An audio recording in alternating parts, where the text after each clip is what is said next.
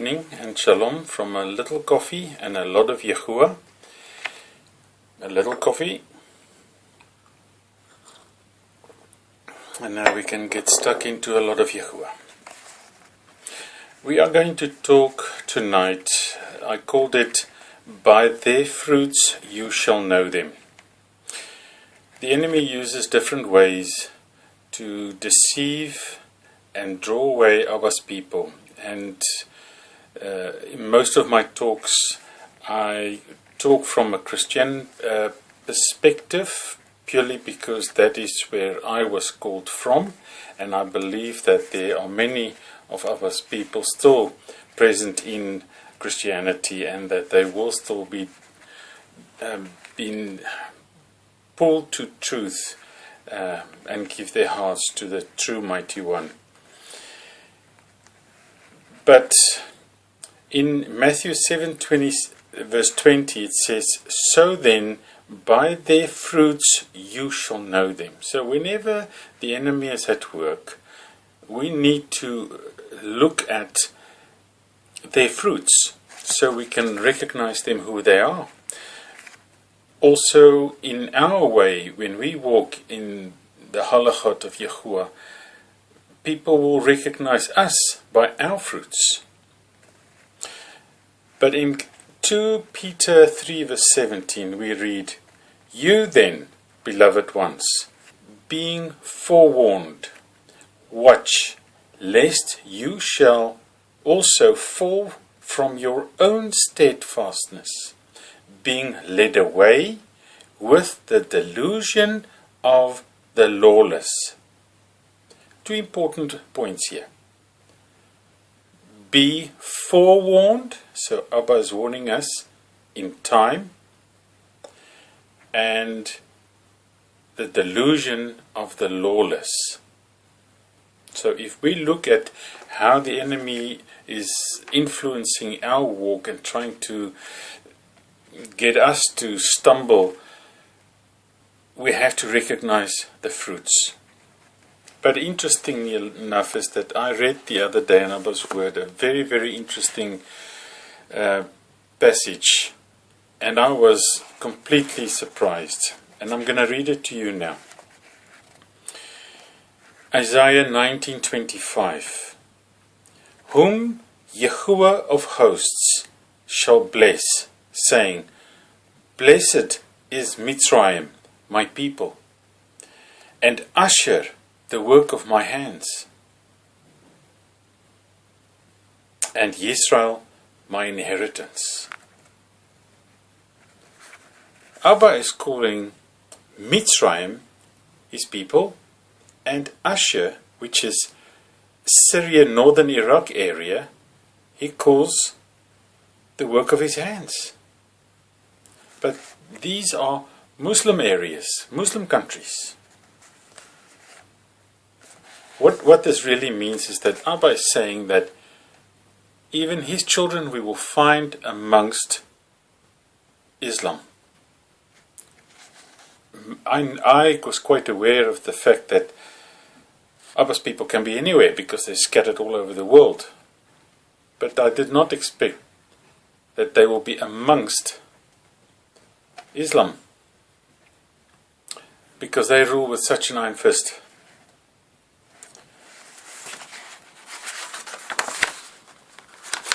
So, what do we know and see about Islam? We know, when we look at the world news and social media, that Islam is on a mission to world domination. They enforce their way and law on everybody else. The question is this significant for us? Does this apply to myself and you, who are Torah keepers? It definitely does.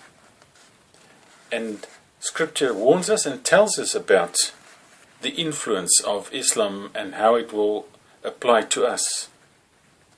You might find that surprising, but let's read. We know that because of Israel's disobedience, Abba reached a point that he said, I've had enough.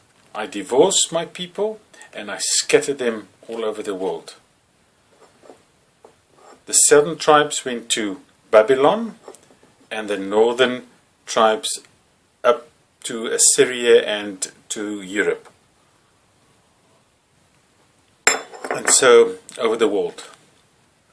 So let us read from Daniel 9 verse 11. And all Yisrael have transgressed your Torah and turned aside, so as not to obey your voice. So the curse and the oath written in the Torah of Moshe, the servant of Elohim, have been poured out on us, for we have sinned against him. Two very important points here. Firstly, and all Israel or Yisrael have transgressed your Torah. So that would mean the southern tribes and the northern tribes. And it says, so the curse and the oath written in the Torah of Moshe have been poured out on us. So, let's look at what the curse means in Hebrew. If we look at the concordance number, you will see H423, and there was another shock for me. It says, Hebrew for the curse is ALAH.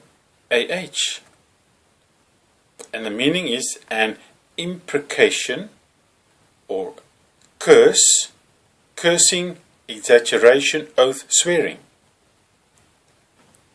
So the curse that was poured out on the children of Israel was ALAH. You might think this is not possible. Well, who is Islam's greatest enemy? Everybody knows, the whole world knows, the Jews. What do they call out when they attack? They say, first Saturday and then Sunday. First we kill the Jews, then the Christians, or the infidels, the non-believers. It doesn't stop there. Scripture tells us more. We're going to read now from Galatians 4 verse 22.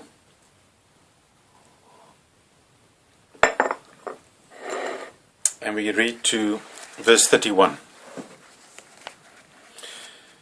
For it has been written that Abraham had two sons, one by a female servant, which was Hagar, and the other by a free woman, Sarai.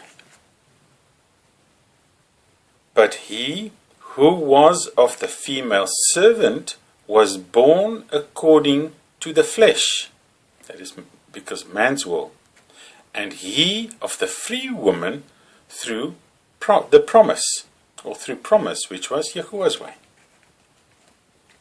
Now you will notice on the screen that I've got certain parts in green and certain parts in blue, and there will be some in red. It is just to group these things together to help you understand. Verse 24. This is allegorical, for these are two covenants. One indeed from Mount Sinai, which brings forth slavery, which is Hagar. For this Hagar is Mount Sinai in Arabia, where the Arabs are from, and corresponds to Jerusalem, which now is and is in slavery with her children. But the Jerusalem above is free, which is the mother of us all. I want you to take note that it talks about Jerusalem. we will talk about that a little bit later. But I want you to realize the time it was talking about. It was talking about Avram and his wife Sarai and his servant or her servant, and talking about Jerusalem at that time. Verse 27, for it has been written, rejoice, O barren, you who do not bear. Break forth and shout, you who do not have birth pains. For the deserted one has many more children than she who has a husband. Again, it's still talking about Hagar and Sarai. Hagar will have many more children. And then we carry on. 28. And we, brothers, as Yitzhak was, are children of promise. But he who was born according to the flesh, then persecuted him born according to the Spirit. So also now. Can you see what's happening here? It's talking about the slave woman and the free woman. There will be two covenants, one with the slave woman and one with the free woman. These two covenants are with Yisra'ėl and Yitzhak. And then it says, the slave woman will have many more. Look at Israel today and look at Islam, the amount of people. And then it says, verse 29, he who was born according to the flesh, that is of the slave woman, then persecuted him born according to the Spirit. Who is persecuting Israel? The Arabs, the Muslims. Verse 30. But what does Scripture say? Cast out the female servant and her son, for the son of the female servant shall by no means be heir with the son of the free woman. Do you understand where their hatred is coming from for Israel? Because it says here, cast out the female servant and her son, for the son of the female servant shall by no means be heir with the son of the free woman. Verse 31, therefore, brothers, we are not children of the female servant, but of the free woman. This makes it so much more clearer and understand why these things are happening, why all of Islam is so against the Jews in Israel.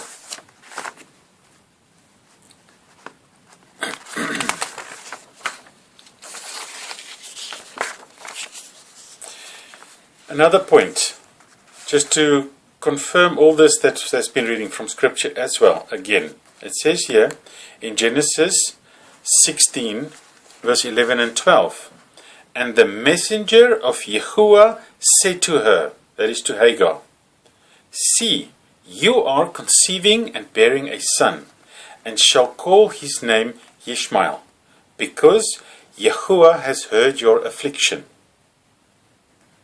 And he is to be a wild man, his hand against everyone, and everyone's hand against him, and dwell over against all his brothers.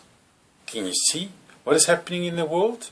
We see Islam all over the world, and they fight wherever they go. His hand will be against everyone. We are now living in the end times, and the persecution of he who is born of the servant woman will increase. We see now that there are now almost 1.5 billion Muslims in the world, and you need to understand how important this is.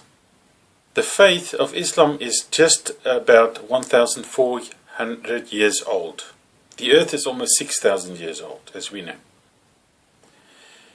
And of this 1,400 years, almost a third of the world's total population now is Islam. In 1,400 years. The way they do it is very clever, and they do it well. We see on the news how Islam is spreading all over the world. They will use all sorts of methods, and one very effective way recently is using the refugee status and an influx of Islam flooded Europe. And we see what they're doing. We see what's happening in Sweden. We see what's happening in France, in Germany, in the UK.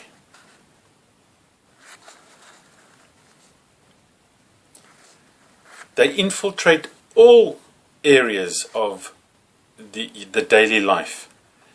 They go into businesses, into governments, schools, hospitals, politics, etc. Wherever they are, wherever there's an opportunity, they will have their people.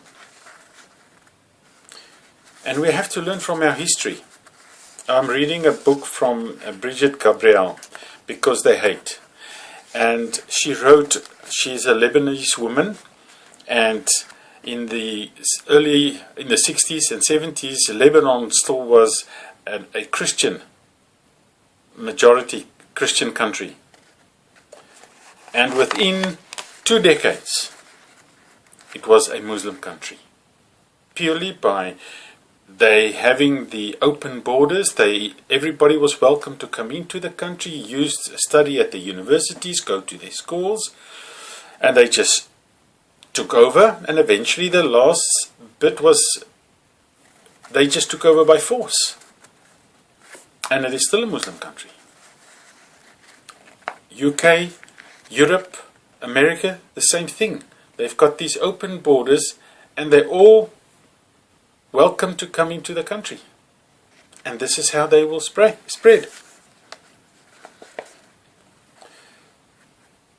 We need to learn from our history. And there are some very hard lessons that we need to learn. So, what are the fruits of the enemy? As we've established that Islam is the curse, A-L-A-H, on Israel, and that Israel and the Jews is the number one enemy. And of us then, who are believers of Torah, or keepers of Torah.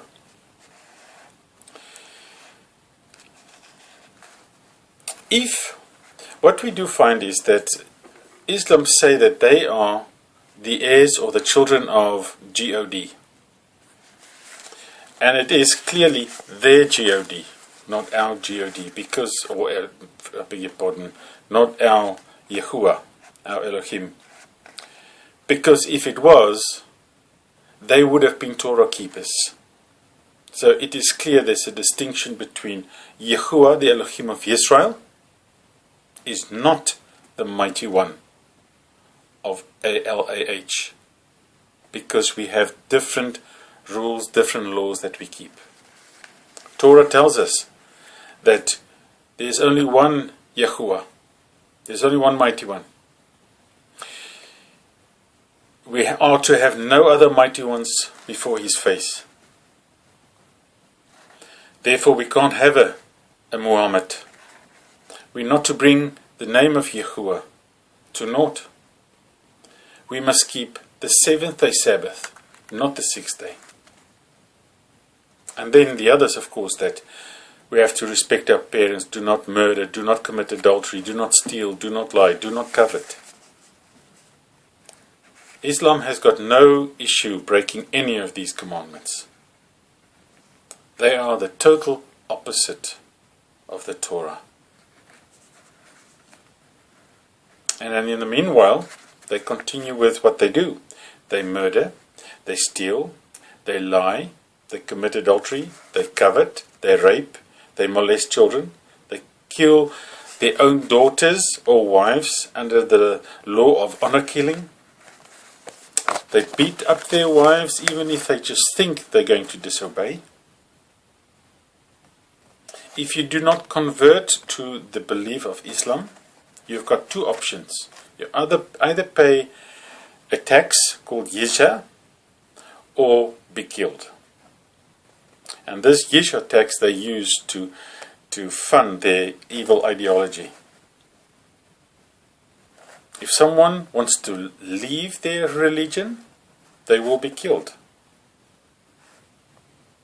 If a woman or a daughter disobey a husband or dad, they can be killed under the law that they are bringing shame on their family. They operate under falsehood and deception. They are allowed to lie and be given for it, because it furthers the cause of Islam, and it's called Taqiyya and Toriyah.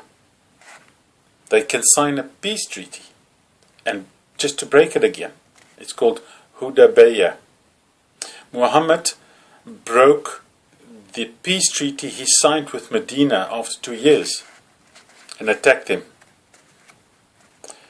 Yasser Arafat also broke the peace treaty after 8 years.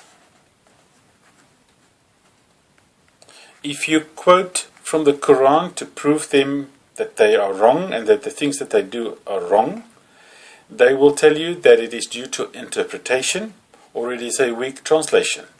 That is a word called daif they have for that. For them, they have to cause or create utter destruction or anarchy to have their Messiah returned.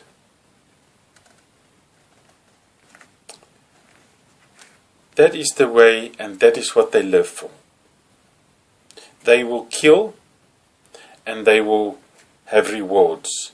And if they are killed as a result of what they do, they are martyred. And then they will go to their heaven with all their virgins. So for them it is a win-win situation. They cannot lose. There is no hesitation from them to proceed in their calling. But when you talk about these things and you mention it, they claim it to be only a minority of radicals who are guilty of these horrendous acts. So let's look at this. There are 1.5 billion Muslims in the world today. According to research, 15 to 25% are radicals. And that equates to about 300 million, which is the size of the the United States of America. That is not a minority anymore. But let's look at minorities. The Nazis were a minority. They killed 60 million people, of which 6 million were Jews. The minority was irrelevant. Russia killed 20 million. Minority, still irrelevant. China killed 70 million. The minority, still irrelevant. Japan killed 12 million. The minority, still irrelevant. 19 Muslims killed 3,000 Americans on September 11. A minority, still irrelevant. Since the beginning of Islam, 1,400 years ago, 270 million people were slaughtered. The minority, irrelevant. So with this belief system that kills, lies, molests, threaten you to become one of them or die, they claim that the majority are peaceful or moderate. Let's consider this and look into that. If a Muslim is a practicing Muslim who goes to the mosque, does his prayers, reads his Quran, etc., when they hear the call of jihad, they have to respond. And they will. Because they've only got two choices: obey or face hellfire. That is what they believe. They have no choice but to obey. An international poll has shown that 77% of all Muslims in the world wants Sharia law in their land. Sharia law is not peaceful and is evil. They are taking over the world by growing in population numbers and converting under the banner of lies. Let's have a look how they do this. They are allowed to have 4 wives at a time. The husband can divorce a wife at any time. He just have to tell her 3 times, I divorce you, I divorce you, I divorce you, and she's divorced. And then he can marry another one. The average Muslim family size is between 10 to 12 children. Currently, an average of 3.1 children per woman. Bin Laden, as we all know him, was one of 53 children, and he himself had 27 children.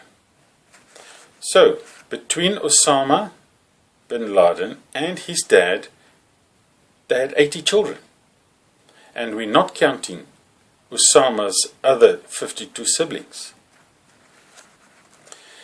The average size of a European family is 2.3 children per woman, and they only have 1.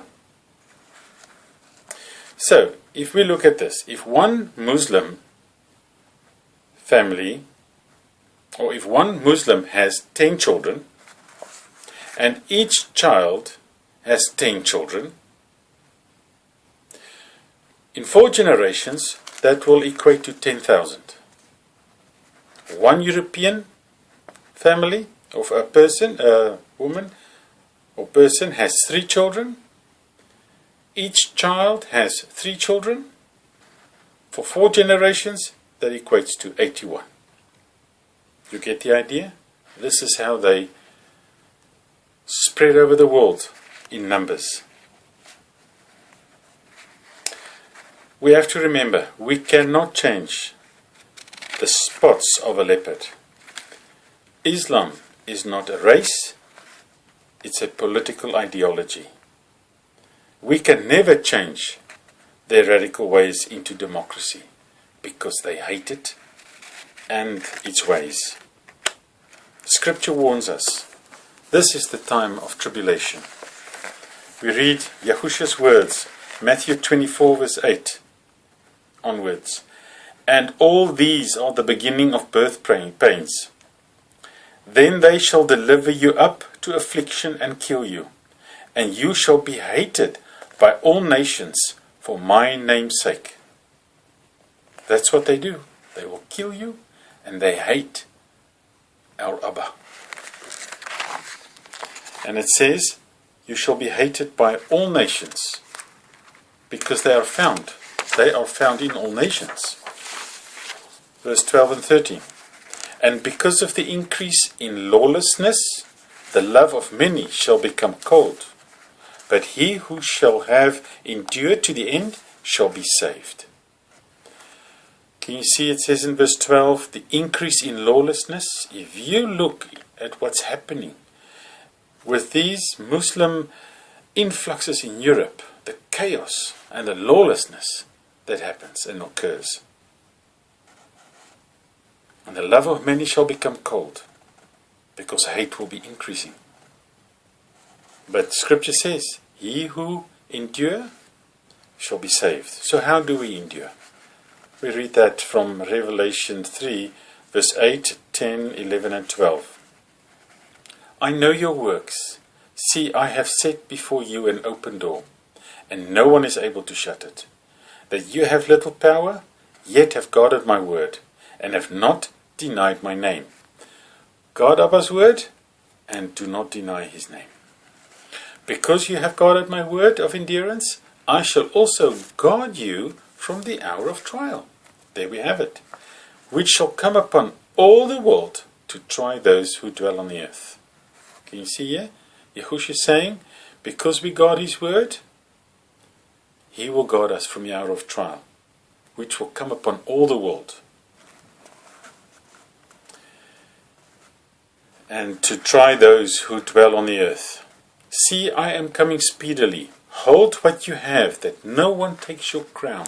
We must hold on to our faith, to our belief. Then we will not lose our crown. He who overcomes, I shall make him a supporting post in the dwelling place of my Elohim, and he shall by no means go out. And I shall write on him the name of my Elohim, and the name of the city of my Elohim, the renewed Jerusalem, which comes down out of the heaven from my Elohim, and my renewed name. Can you see? When I mentioned earlier Jerusalem, in Revelation, still talks about Jerusalem. Now, something interesting. Let's read back Genesis 14, verse 18. It says, and Melchizedek, the sovereign of Shalem, brought out bread and wine. Now he was the priest of the Most High El. This was the first Melchizedek. His name was Shem, the son of Noah. He was born before the flood, more than 4,000 years ago. And he was the king of Jerusalem. Jerusalem always was and always will be the city of Yahuah. Let's look at the concordance H8004. It says Shalem, and it says the same as H003. It means peaceful. Shalem, an early name of Jerusalem. Who do we serve then? We serve, and we read that from Exodus 20 verse 2. I am Yahuah your Elohim, who brought you out of the land of Mitsrayim, out of the house of slavery. You have no other mighty ones against my face. You do not make for yourself a carved image, or any likeness of that which is in the heavens above, or which is in the earth beneath, or which is in the waters under the earth. You do not bow down to them nor serve them. We will not bow down to the Mighty One of Islam. What is Abba's desire and will for us? We read that in Deuteronomy 5:29. Oh, that they had such a heart in them to fear me and guard all my commands always, so that it might be well with them and their children forever. That is what it will be. Remember these words. Psalm 23 verse 4. When I walk through the valley of the shadow of death, I fear no evil, for you are with me. Your rod and your staff, they comfort me. Do not fall prey to these lies and evil practices. Listen to this warning in Scripture. Mark 4 verse 16 and 17. And likewise, these are the ones sown on the rocky places, who when they hear the word, immediately receive it with joy. And they have no root in themselves, but are short-lived. When pressure or persecution arises because of the word, immediately they stumble. Be not one of those. When persecution arises that you stumble, please. Prove the spirits. Beloved ones, do not believe every spirit, but prove the spirits, whether they are of Elohim, because many false prophets have gone out into the world. By this you know the spirit of Elohim. Every spirit that confesses that Yahushua Messiah has come in the flesh is of Elohim. Be prepared. Do not walk after the ways of the enemy. Love Yahuah, keep Torah. Baruch haba b'shem Yahuah. Shalom from a little coffee and a lot of Yahuah.